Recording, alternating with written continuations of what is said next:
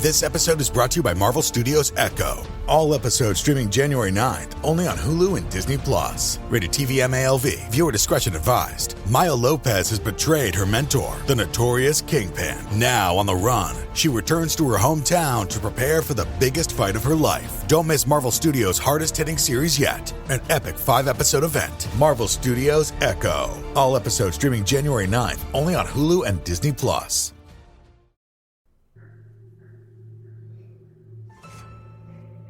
Hello, and welcome to Scare You to Sleep. I'm your host, Shelby Scott. First and foremost, remember to check those show notes for trigger warnings before you dive into the episode. One announcement, I will be a part of the season finale live stream for the Let's Not Meet podcast. Andrew Tate was so kind to ask me to participate, so I filmed a segment and I'll be in the chat hanging out.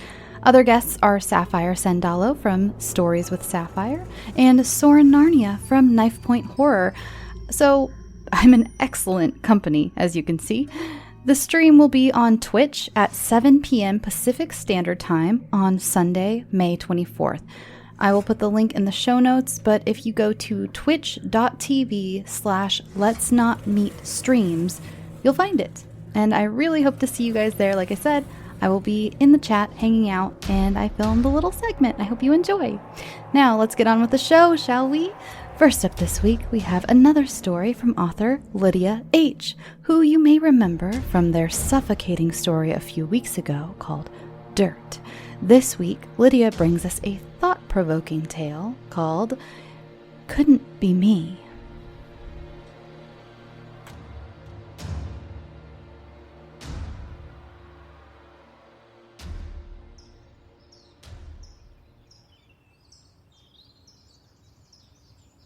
There were a lot of things wrong with the Willow House.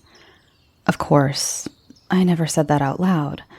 Potential buyers for this house were hard to come by. And every open house, I did all I could to gloss over the apparent age and wear of the house with words like homey, cozy, and old-fashioned. There weren't even any willows on the property. At least, not anymore. Ken told me that the beautiful trees were cut down in 2006 thanks to an irate neighbor. Every house owner after that didn't bother to do anything with the bare, torn-up front lawn, other than water it every now and then and hope for the best. It was a shame, really. The trees had shaded the front half of the house, making the light blue of the siding look charming and whimsical. Whoever lived there at the time put a stone bird bath under the long branches of the willow trees, and tiny brown birds relished in the cold water. With the willows and the bird bath, the house looked charming, as if out of a fairy tale. Of course, Ken updated the picture for the listing after we renovated it. It was now a sandy beige color, the front lawn replaced with white rocks that bordered around various types of desert shrubs.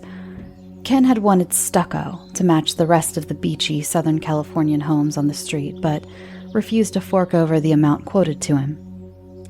"We'll just paint it beige. It'll be close enough." He'd run his hand through his hair, frizzing it out with his fingers. It was a habit I grew to hate.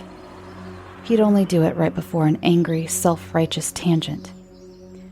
"We're already scraping the barrel for the AC. Straight out of the 70s. Can you believe that not one of the previous owners bothered to check on that fucking thing? Unbelievable. Leave all the hard work for the little guys. Jesus." I would just nod and sigh. Ken knew damn well he wasn't one of the little guys.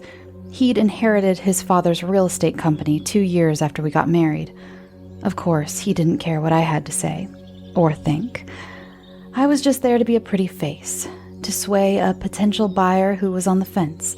I'd say spacious ceilings with an extra charming smile. Make a slightly risque joke about sunbathing naked on the poolside. I'd thrown away plenty of business cards given back to me with a handwritten phone number. The afternoon sun glared into my eyes as I stood outside. The red and white open house sign taunted me from the front yard. It had been a really slow day, and I was all but ready to go home and take a cold shower. None of my potential buyers were particularly interested, and I wasn't wasting my breath hoping one of them would contact me with an offer. Even I had to admit, the house was boring.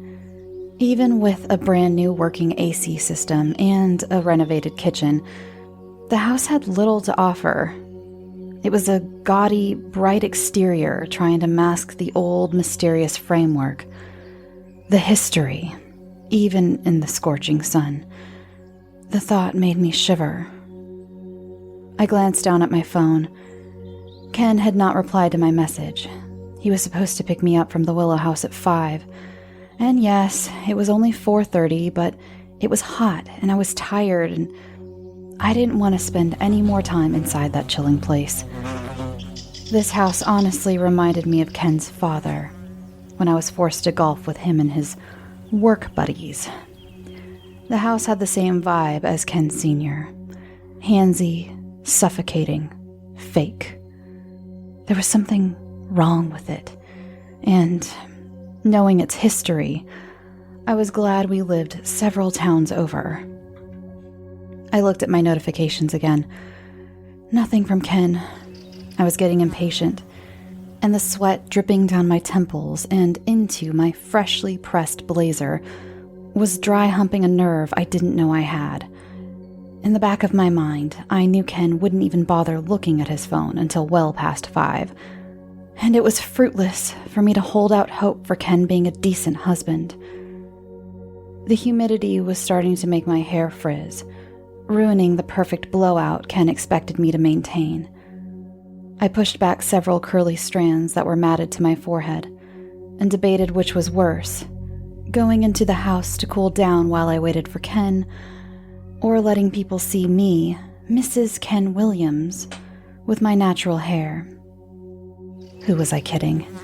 If Ken saw me with less than perfect hair next to a for sale sign with his face on it, he'd have a fit. I knew he would. Giving the sign one last wrathful glance, I turned around and headed up the driveway towards the house. Oh, God, it was so much nicer inside. Ken's brand new AC was working great. The door gave way to a small tiled foyer and opened to a sitting room, flocked on two sides with huge windows that were covered by light beige curtains, letting only small strips of light dance on the carpeted floors. A coffee table sat amidst two brown leather couches, displaying carefully selected magazines and a small vase of tulips. The couches were calling my name. I could hear it in the way my toes ached painfully against my heels. Getting comfortable in the house wasn't my first choice of action, but my feet guided me to the sitting room and came to rest on the edge of the coffee table. A small sigh of delight escaped my lips as I sunk into the couch cushion. At least the couches were comfortable. I leaned back into the cushion. I needed to remind Ken that my feet definitely were not a size 7. They were closer to a size 9. I picked up my phone. Nothing from Ken. Of course. It wouldn't be a problem if he'd just let you drive, chided a voice in my head. I'd brought it up to him before, but he'd waited until my license expired and said it was too bothersome to renew it, to add me as a driver on our insurance, to pick out a car for me. A woman should be chauffeured around, he quoted, probably mimicking his father. He meant it as a good thing, as some sort of honest act of chivalry, like I should be flattered. I wasn't. But of course, as was his nature, he didn't care. I opened my camera app, catching a glimpse of my face, nearly folded into the cushions. God, I looked like a wreck. My mascara was almost melting off my lashes. Did I forget to set my face with powder this morning? Maybe it was just the sweat, making my skin glisten in the afternoon light. My beautiful brown girl, my mama would say. I smiled to myself, snapping a picture. I didn't have anyone to send it to, and Ken wouldn't appreciate it. It was just for myself, I guess. to remind myself that I still existed. Chloe Williams, the perfect half to the Ken Williams Realtor Group. Although, was it perfect? I looked at the selfie I just took, studying it. I was all too aware of the difference in mine and Ken's skin tone. And his name, Ken. He looked like his namesake. An American smile on a perfectly sculpted face, bright blue eyes, big shoulders, long legs. Of course, he played football in high school, was prom king, captain of the debate team. He was smart, charming, witty, and I had fallen in love with him. We'd get the joke a lot. "Where's your Barbie, Ken?" Tipsy moms from his yacht club thought they were hilarious, all of them looking like the next. I stood out like a sore thumb. Ken told me he didn't care that I was taller than him, but I think they did. They were all trying to resemble Barbie, all of them fake blonde, straight from their Soul Cycle class, and all vying for his attention. It was ridiculous, really. I looked up from my phone and around the sitting room. I didn't think we were going to sell this house. "We don't have to disclose anything unless they ask specifically," Ken had assured me. "If they don't ask, don't say anything." I couldn't stop thinking about it, though. I got up from my position on the couch, leaving my heels on the floor. Through the sitting room was the kitchen, freshly painted, and then the dining room. On the left, a small hallway led to a series of bedrooms. On the right was the laundry room. And then the garage. The garage. A shiver ran through my spine as I stood there. I hadn't really shown any of the potential buyers inside, only acknowledging its existence in passing. Morbid curiosity got the best of me. I found myself walking through the laundry room, turning the knob and stepping down onto the concrete floor of the garage. It was stuffy and hot. I flipped on the singular light bulb, which illuminated a small 2-car garage with a fresh coat of white paint. On the left was a small work table and a board for tools. The garage doors had been metal throughout, with no windows, and reinforced on the inside with haphazardly put-together wood when we bought it.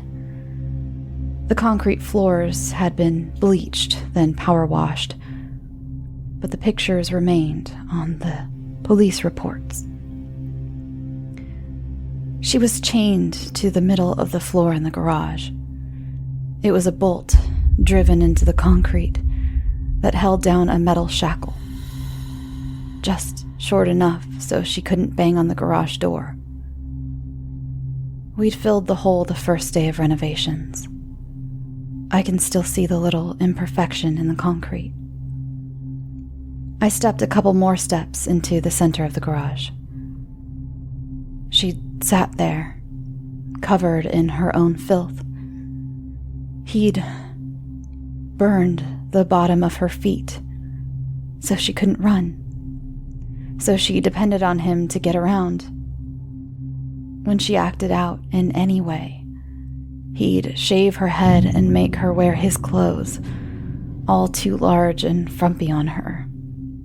If she asked for anything, begged for anything, when he wasn't in the mood, he would beat her with a golf club until the bloodstains became permanent. I shivered again, thinking about the grisly images Ken had dug up. He'd read the case out loud to me one morning before announcing that it was our next house. I had the decency then not to say anything. My phone dinged, startling me out of a stupor. It was Ken. "How many times do I have to tell you? Don't fucking text me when I'm at work. And then Carl will come get you." I started back towards the house to put my heels back on and fix my hair. taking one last look at the garage. It bothered me, really, that after all that, after all the abuse she'd suffered at the hands of this horrible man, she'd cried. She refused to testify against him and pleaded for the charges to be dropped. He was sentenced to life without parole, and the next day, she killed herself. I hurried back towards the house, locking the garage door behind me. In the sitting room, I forced my feet into the two small heels, tottering to the mirror to smooth down my hair and dab at my makeup. Carl, our driver, could not see me in a state less than perfect. Carl wouldn't care, of course, but Ken would. I saw our car pull up on the curb as I stepped through the doorway and locked the house. I carefully made my way down the driveway and opened the passenger door of our G-Wagon, embracing the cold burst of the car AC.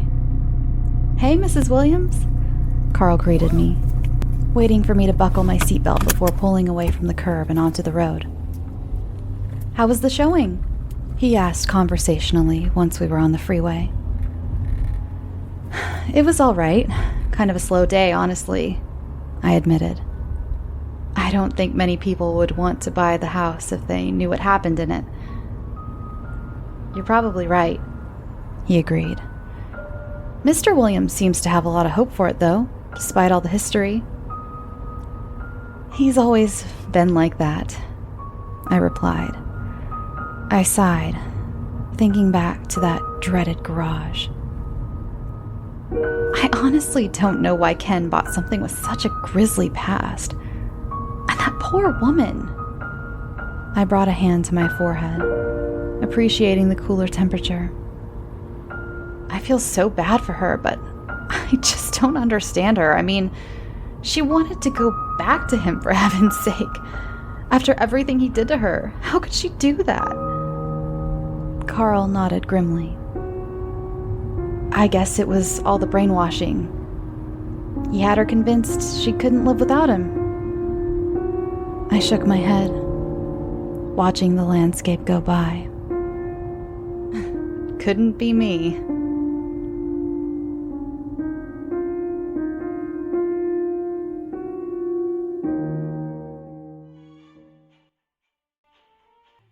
Our last story of the evening is from a new author to the show, Heinrich von Wolfcastle, and this is A Scream Before Dawn.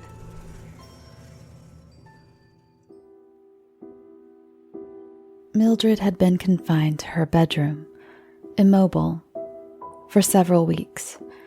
She was alone and positioned to look out the window.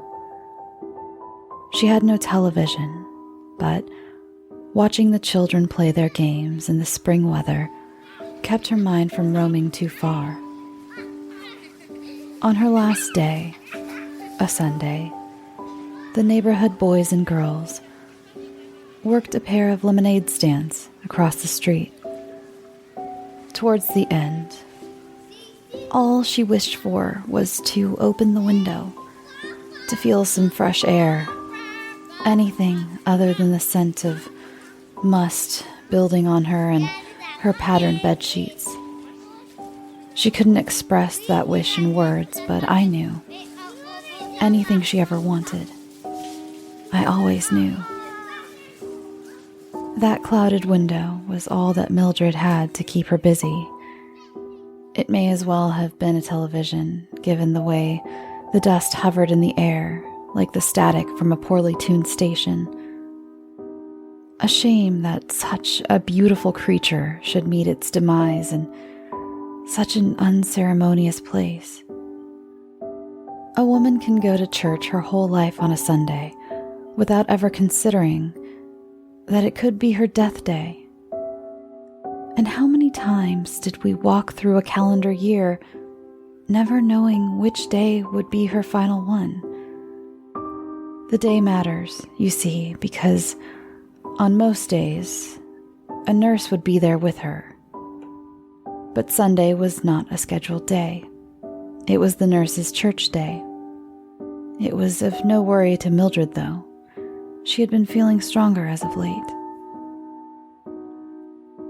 By the end of her life, we had come into a routine of sorts. Around mid-afternoon, Mildred would drift off into a light sleep, nothing restful, more like a tease of what restful sleep might be like. And as she started to nap, I would close my eyes too, following thoughts about the way things used to be.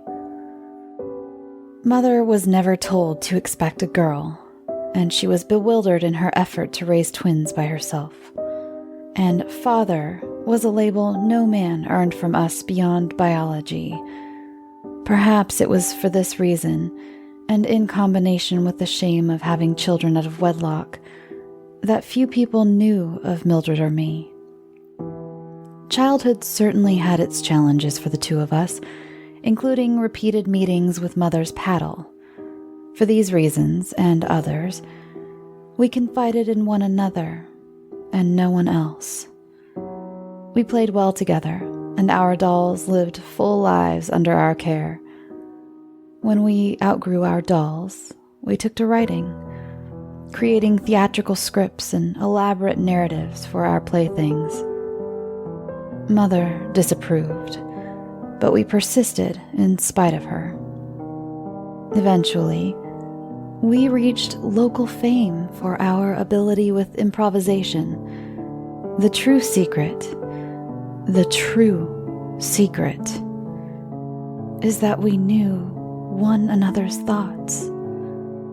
Mildred would sit on our stoop and wait for a wealthy-looking man or woman to walk by. She would call out, "No secrets are safe. For a coin, I can tell you your phone number, just by knowing your name." A precocious little girl like her earned the attention of many passers-by. They would approach with a scoff on their face. But once she heard their name, it was as if I heard their name too.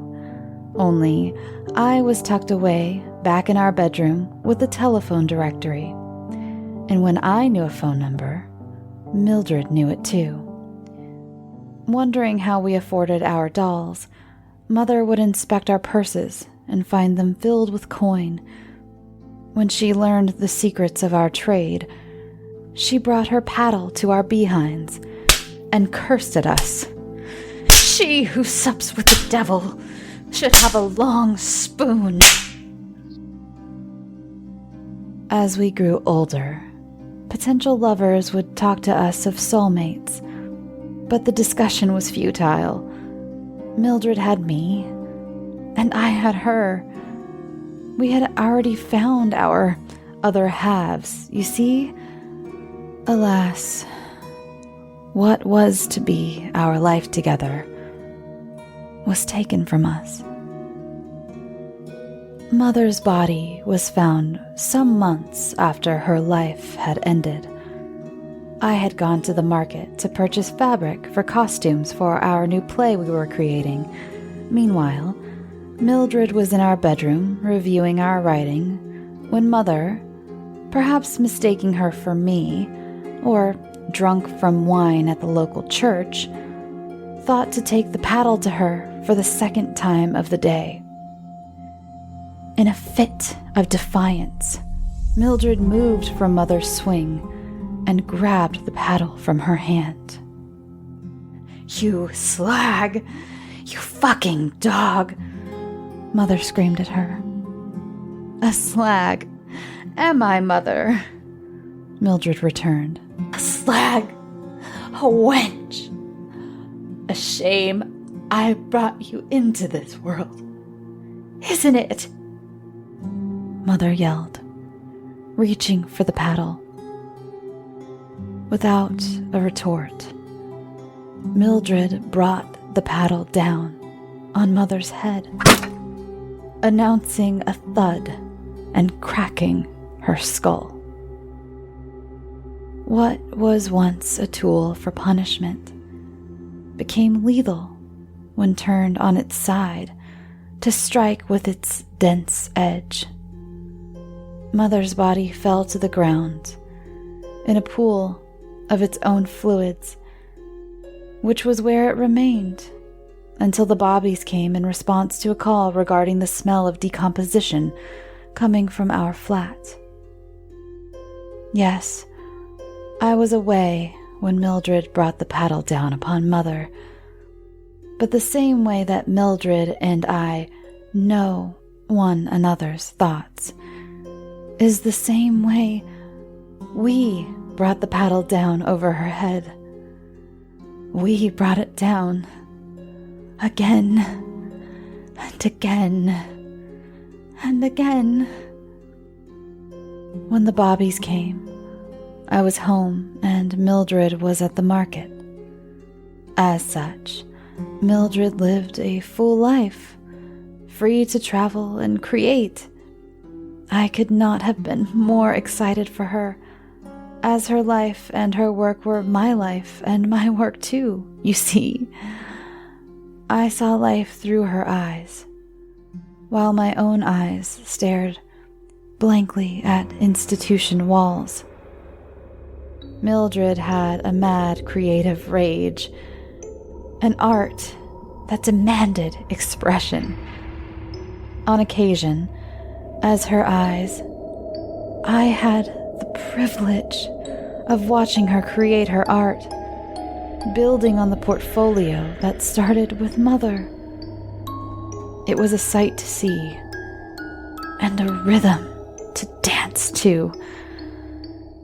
Sometimes Mildred would invite me to share the paddle as she brought it down on the heads of gentlemen callers, but I was not a musician the way that she was. I would hesitate in the swing, which altered the timing of it all. For me, the pleasure was in the sound she made with it. I suppose the thudding was like an anniversary song that honored Mother's passing. For each time it played, it never lost its appeal or that hypnotic grip that commanded me to move to its rhythm. In her later years, with her health difficulties, it was a song I longed to hear, while Mildred remained bedridden. On her final Sunday, Mildred awoke from a light afternoon nap, and through steel bars and concrete, across miles of ocean, I awoke with her. It was the sound of breaking glass and a doorknob rattling from the kitchen that spurred our attention. I sat in my hospital bed, listening through Mildred's ears. Footsteps, heavy shoes, 2 sets of them, paced up and down the hall of Mildred's home. A kitchen cabinet door swung open and slammed shut. A bathroom door opened and crashed into the wall. Bathroom cabinets and drawers were emptied. "Where the fuck is it, man?" one voice called out. He sounded like a teenage boy. "I don't know. Maybe in her room?" Another voice answered. "You're sure this bitch is comatose, right?" The first one asked. "Yeah, man. She might even be dead. Just lays here all day." The second one answered. "Just trust me. There's a couple of nurses that come by during the week, but that's it," he assured. Their shoes made their way towards Mildred's bedroom. "What kind of shift do you think they have her on?" the first one asked. "Oxy, at least," the second voice answered. The door to Mildred's bedroom was open. Footsteps approached on the carpet of her room. "God, smells like death in here," the first one said. He walked across the room and stood at the foot of Mildred's bed, pausing to glance at her. He looked to be about 6 feet tall, gangly in his growing body. He had blonde hair that crept out from under a red hat the sun reflected off the gold-plated chain, laying over his black shirt, which strained Mildred's eyes. "You awake, lady?" he asked. Mildred said nothing. "Dude, don't talk to her," the second one said. The second one was shorter and had spiked black hair. A tattoo of something ran down the back right side of his neck. "Where's your pills, old lady?" Mildred said nothing. "Don't talk to her," Neck Tattoo said with annoyance. He pushed his friend on his way towards Mildred's bathroom. "She's looking at me," Red Hat said.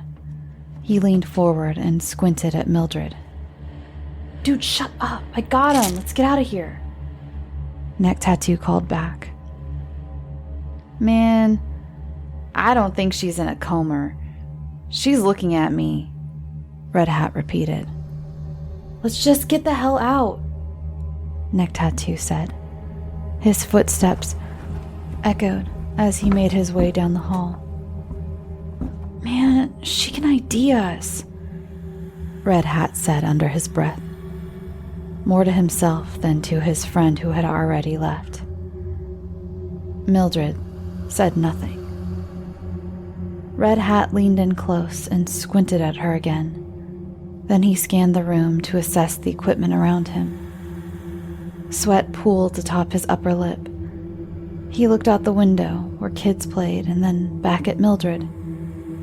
He leaned in one last time, put his hand to her throat, pulled something from her, and then ran from the room and out of the house. Mildred's ventilator sounded an alarm, and she began to suffocate. The ventilator appeared to still be working, but it was undeniably getting harder for Mildred to breathe. In fact, the more she focused on her breathing, the more difficult it became. As Mildred gasped for air, I raised her arms to reach for something. Anything.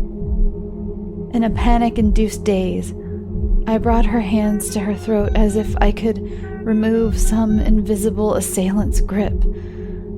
But there was nothing to be removed. Her eyes rolled frantically around the room, dizzying me as her lungs failed to inflate. While straining for oxygen, Mildred reached down and pushed off of her bed in an attempt to sit up, her lips mouthing the words to some final plea. A sharp, high-pitched whistle cut through the room. And then, all sound stopped. The dust that surrounded her froze in position. Outside, the girl's jumping rope slowed to a halt, leaving the jumper hovering in midair. Slowly, Mildred's hands and legs faded away, and everything became warm. Outside, mothers smiled at their children as Mildred waved her arms about. If she could borrow just one breath from these kids, she thought, just one of their laughs that seemed to roll out of their mouths with such ease, then she might be all right. Alas, she fell back into her pillows and allowed the growing calm to consume her. Hey there, it's the new year. You've got mood boards and resolutions, and work is back in full swing, and you don't need any extra stress in your life. And Factor's ready-to-eat meal delivery takes the stress out of meal planning and sets you up for success in the new year. Skip the grocery stores, prep work, and cooking fatigue. Instead, get chef-crafted, dietitian-approved meals delivered right to your door, with over 35 meals to choose from per week, including options like keto, calorie smart, vegan plus veggie, and more. Plus over 55 weekly add-ons. You'll have a ton of nutritious and flavorful options to kickstart your resolutions. Forget frantic lunch preps and rush dinners. Factor's 2-minute meals are your secret weapon in the new year. Fuel up fast with restaurant-quality meals, all delivered right to your door. Factor now offers loads of snack options like breakfast, smoothies, juices, snacks, and more to keep me going no matter what's on the schedule. Skip the overpriced takeout trap. Factor is cheaper and way more delicious than takeout. Get chef-crafted, restaurant-quality meals delivered right to your door. They are ready to heat and eat in just 2 minutes, which means more time for you. Need a special occasion meal? Gourmet Plus is the perfect solution if you're looking for fast, upscale options done easily. When things get hectic, Factor is flexible. Change up your order every week with plans from 4 to 18 meals per week. Or pause or reschedule your deliveries anytime. Stress less over meal times in the new year. Factor's no prep, no mess meals free up time otherwise spent on shopping, cooking, and cleanup. No more wasting time in the kitchen. Not only does Factor offer fast, simple solutions when I'm too busy to cook, they also help me stay on top of my goals. With offerings like Protein Plus and Keto, I can stay on track. This is definitely going to come in handy for my New Year's goals. Factor has everything I need for a week of flavorful, nutritious eats. In addition to ready-to-eat meals, they have cold-pressed juices, smoothies, energy bites, extra protein, veggie sides, and more to keep me energized during frantic times. Head to factormeals.com/scareyoutosleep50 and use code SCAREYOUTOSLEEP50 to get 50% off. That's code SCAREYOUTOSLEEP50 at factormeals.com. As many Scary to Sleep fans know, I've been going through a lot of changes in my life. And one thing I've been doing is getting my finances much more organized, and that includes paring down some of the subscriptions I pay for. It feels like everything is a subscription these days, be it for the gym or streaming services or music. The list goes on, and something that has helped me tremendously is Rocket Money. They not only helped me cancel subscriptions that were a pain to try to do myself. Have you ever tried to deal with some of these companies directly? It's just a headache. Rocket Money also alerts me when the subscriptions I did keep go up in price, giving me the ability to weigh my options and keep those little extras that add up oh so quickly in check. Rocket Money is a personal finance app that finds and cancels your unwanted subscriptions, monitors your spending, and helps lower your bills. I can see all of my subscriptions in one place, and if I see something I don't want, I can cancel it with a tap. I never have to get on the phone with customer service. Rocket Money has over 5 million users and has helped save its members an average of $720 a year with over 500 million in canceled subscriptions. Stop wasting money on things you don't use. Cancel your unwanted subscriptions by going to rocketmoney.com/scareyoutosleep. That's rocketmoney.com/scareyoutosleep. rocketmoney.com/scareyoutosleep. Part 2. In the wake of Mildred's dying breath, I was alone for the first time. The institution released me some weeks later, fitting somehow that I would finally return to the world to take Mildred's place after I was locked away for so long for Mother's murder. But do not be fooled. There is no greater peace being held hostage in a mental institution in lieu of a prison.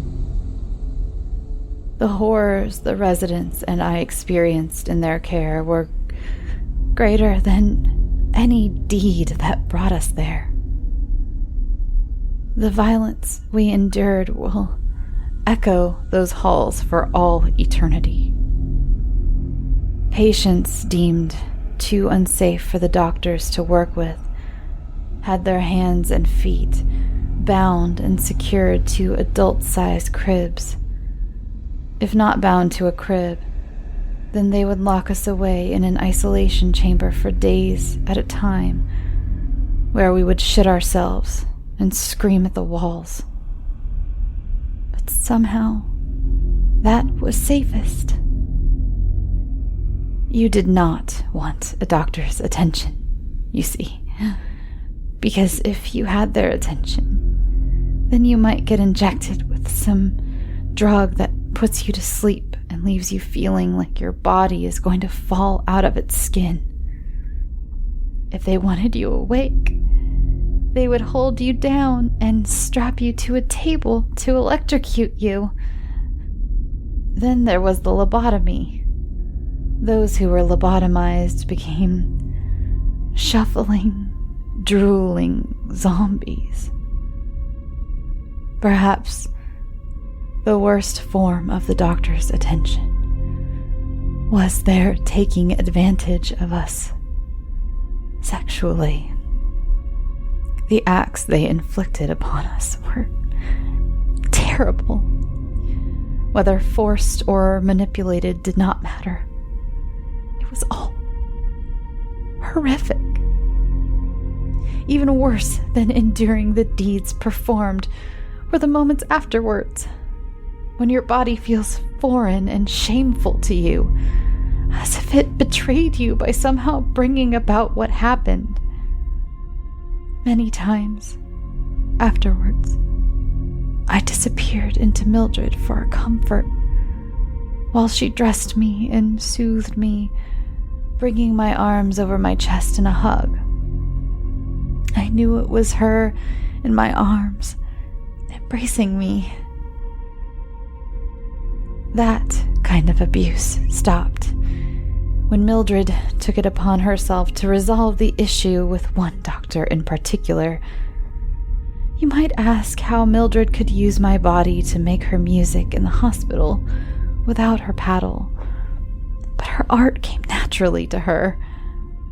Her work with the doctor was an answer to a question I once posed to her. What if a song were made to be a painting instead? The piece was so compelling in its use of color and abstraction that no one in the hospital dared to accuse any patient of the murder. Mildred always seemed to escape the blame that might follow her deeds, and I consider myself fortunate that her grace extended to me. Had I not had my connection to Mildred, our bond, I suppose I would have hanged myself, as so many others had. Even after my release from the institution, thoughts of death followed me. For what was I without my sister? Alas, first there was business to attend to. My first act of freedom was to move my belongings to Mildred's home in the States. A camaraderie we shared all our lives was not absent in her death, and I thought I might find her there. What I found instead was that the house was going to be reclaimed by the bank and was in a condition of deterioration. The destroyed glass at the side door was tracked throughout the home in trails of repeated footprints. The flickering hallway light revealed garbage and beer cans and cigarette butts burned into the carpet. Mildred's room was empty, except for a stained mattress in the corner of the room. A dirty syringe rested upon it. If there were any blessing resultant of my institutionalized years, it was in the gained practice of waiting. In Mildred's room, I stood and waited for minutes, for hours, for days.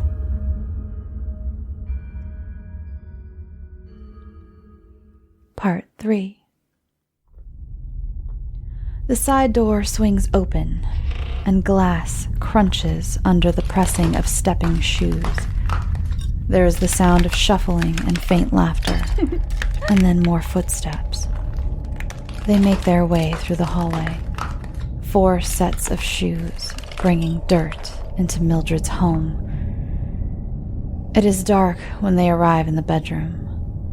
First, the tall blonde boy with the red hat appears, his arm around a young girl with a bob of black hair.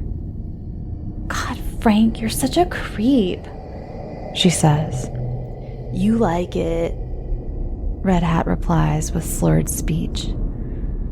The girl slips into the bathroom while the other 2 sets of feet settle in the hallway. Red Hat flicks his lighter at a cigarette hanging from his mouth and lights the room. He catches a glimpse of my face and startles himself, falling backwards into the wall. The unlit cigarette clings to his dry lips. "The fuck, Frank? Be patient," the girl calls from the bathroom. A stream of urine splatters into the empty toilet. "You're dead," Red Hat yells. I say nothing. "You're dead, bitch," he says again. "Frank, who are you talking to?" the girl calls, stumbling back into the bedroom. Her eyes meet mine. "Oh, shit," she yells. "I'm too stoned for this." She falls out of the room, stumbling into the couple in the hall. "God, Jen, watch it," Neck Tattoo jeers.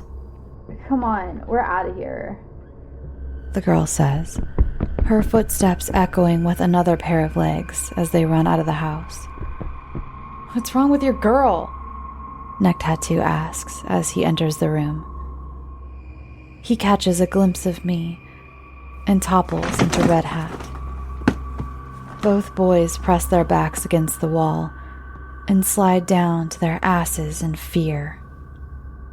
Red Hat flicks his lighter again and holds it at arm's length, pointing it at me like a weaponized crucifix.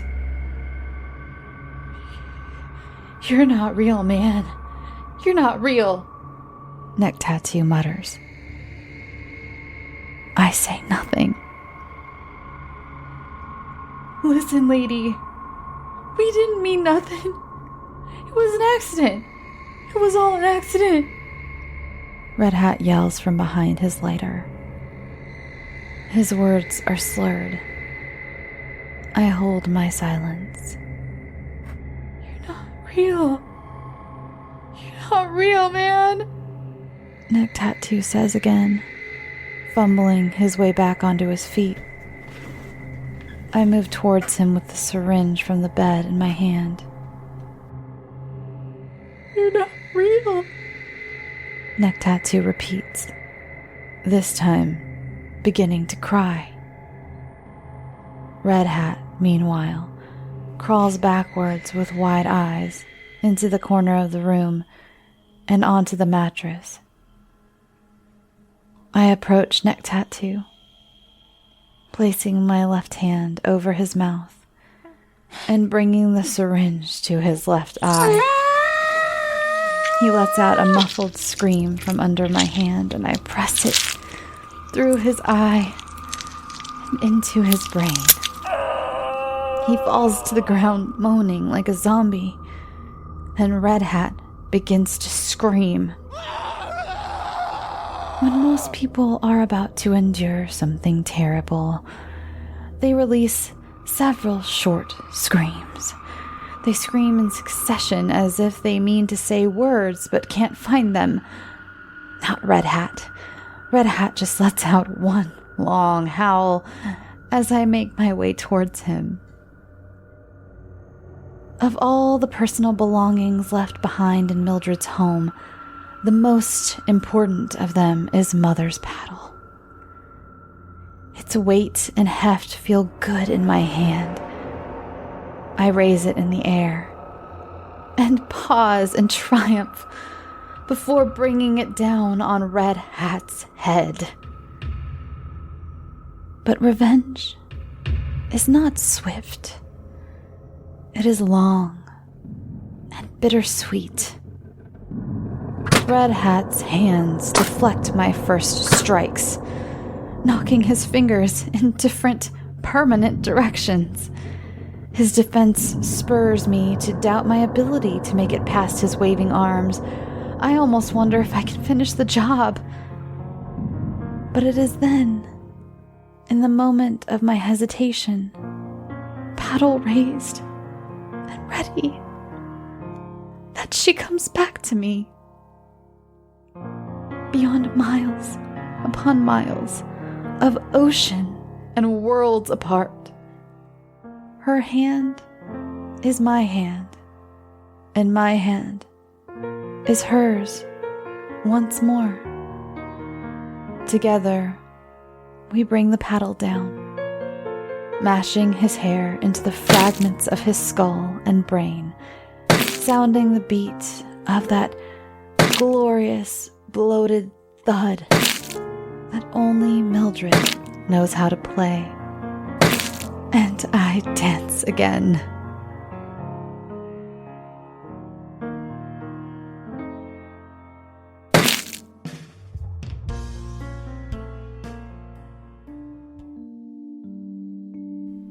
Thanks for listening.